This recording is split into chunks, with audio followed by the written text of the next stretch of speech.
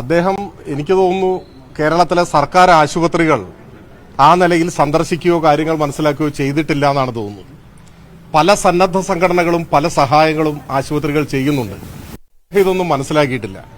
അത് രോഗികൾക്കും കൂട്ടിരിപ്പുകാർക്കും വലിയ ആശ്വാസമാണ്. ഡിവൈഎഫ്ഐയുടെ ഈ പ്രവർത്തനത്തെ രാഷ്ട്രീയത്തിന് അതീതമായി കേരളം സ്വീകരിച്ചതാണ്. ആരോഗ്യമന്ത്രിയോട് എനിക്ക് ഒരൊറ്റ അഭ്യർത്ഥന മാത്രമേ ഉള്ളൂ. ദയവായി അന്നം മുടക്കരുത്, അന്നം മുടക്കിയ സർക്കാരാണ് എന്ന് പറയിപ്പിക്കരുത്.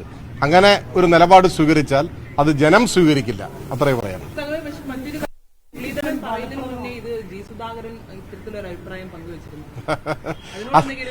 അദ്ദേഹം, നിങ്ങൾ ഈ പറഞ്ഞ ആൾ, ഈ ഡിവൈഎഫ്ഐയുടെ പൊതിച്ചോർ വിതരണത്തെ ഏറ്റവും ഉദാത്തമായ പ്രവർത്തനം എന്ന നിലയിൽ വിലയിരുത്തുകയും അതിനെ മുക്തകണ്ഠം പ്രശംസിക്കുകയും ചെയ്തതാണ്.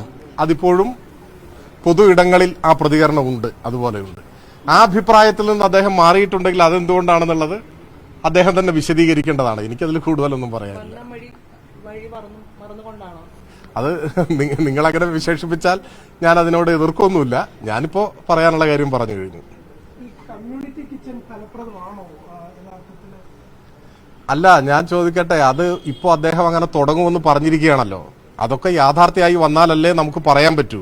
ഞാനതിൽ മുൻവിധിയൊന്നും കാണുന്നില്ല. പക്ഷെ നിലവിൽ കേരളീയ സമൂഹം സ്വീകരിച്ച ഒരു സന്നദ്ധ പ്രവർത്തനമാണത്.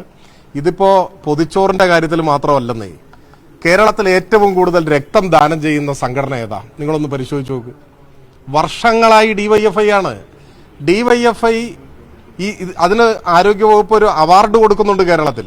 ആ അവാർഡ് എല്ലാ വർഷവും ഡിവൈഎഫ്ഐ അല്ലേ ഏറ്റുവാങ്ങുന്നത്. അപ്പോ ഇനി മുതൽ അതും വേണ്ട എന്ന് പറയുമോ? പൊതിച്ചോർ മാത്രമല്ല ഡിവൈഎഫ്ഐ കൊടുക്കുന്നത്. രക്തദാനം, നേത്രദാനം, പൊതിച്ചോറ്, ഇങ്ങനെ ഒട്ടേറെ പ്രവർത്തനങ്ങൾ നടത്തുന്നുണ്ട്. അദ്ദേഹം മറ്റത് മനസ്സിലാക്കി കാണില്ല. ഇനി നാളെ രക്തദാനം പാടില്ല എന്ന് പറയുമോ? നമുക്ക് അത്ഭുതപ്പെടണം. ഇത് എന്തൊക്കെയാണ് വരാൻ പോകുന്നത് പറയാൻ കഴിയില്ല. ഇനി കേരളത്തിൽ ഏറ്റവും കൂടുതൽ പരിസ്ഥിതി സംരക്ഷണ പ്രവർത്തനങ്ങൾ നടത്തുന്ന സംഘടനയ്ക്ക് ഒരിക്കലും ഒരു അവാർഡ് കൊടുക്കാൻ തീരുമാനിച്ചു. അന്ന് മുഖ്യമന്ത്രി ബഹുമാന്യനായ ഉമ്മൻചാണ്ടിയായിരുന്നു. അന്ന് പരിസ്ഥിതി സംരക്ഷണ പ്രവർത്തനങ്ങൾ സംബന്ധിച്ച് അദ്ദേഹത്തിന്റെ കീഴിലുള്ള വകുപ്പ് ഒരു പരിശോധന നടത്തിയപ്പോൾ അതിന് തെരഞ്ഞെടുക്കപ്പെട്ട സംഘടന ഡിവൈഎഫ്ഐ ആയിരുന്നു. ആ അവാർഡും ഏറ്റുവാങ്ങിയ സംഘടനയാണ് ഞങ്ങളുടേത്. അപ്പോൾ പരിസ്ഥിതി സംരക്ഷണം, പൊതിച്ചോർ വിതരണം, രക്തദാനം, നേത്രദാനം എന്നു വേണ്ട എല്ലാ ജീവകാരുണ്യ പ്രവർത്തനങ്ങൾ, പരിസ്ഥിതി സംരക്ഷണ പ്രവർത്തനങ്ങൾ ഒക്കെ ഏറ്റെടുത്തുകൊണ്ടാണ് ഡിവൈഎഫ്ഐ മുൻപോട്ട് പോയത്. അതിന് സമൂഹം വലിയ അംഗീകാരം കൊടുക്കുന്നുണ്ട്. അത് രാഷ്ട്രീയത്തിന് അതീതമാണ്. രാഷ്ട്രീയത്തിന്റെ, കക്ഷി രാഷ്ട്രീയത്തിന്റെ നിറം പിടിപ്പിച്ച കണ്ണടയിൽ കൂടി ഇത്തരം കാര്യങ്ങളെ കാണരുത്. വിശാലമായി ചിന്തിക്കാൻ ഭരണത്തിലിരിക്കുന്നവർ തയ്യാറാവണം എന്നാണ് പറയുന്നത്.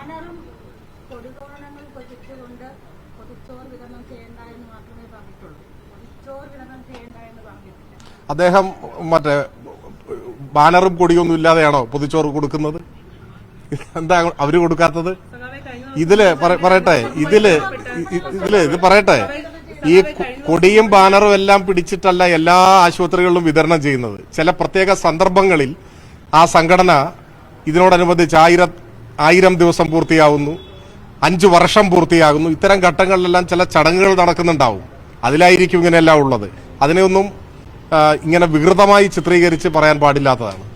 അത്തരം ഒരു കാര്യം ഇങ്ങനെ പറയുമ്പോൾ തന്നെ ഉമ്മൻചാണ്ടിയുടെ അനുസ്മരണവുമായി ബന്ധപ്പെട്ട് മെഡിക്കൽ കോളേജുകളിൽ ഇത്തരത്തിൽ ഭക്ഷണ വിതരണം നടത്തുന്നുണ്ടായിരുന്നു. ശരിക്കും നല്ലൊരു കാര്യം തന്നെയാണ്. പക്ഷെ ആ ഒരു സാഹചര്യത്തിലും ഇത്തരത്തിൽ ഈ കൊടികളും ഈ ബാനറുകളും ഒക്കെ ഉണ്ടായിരുന്നു.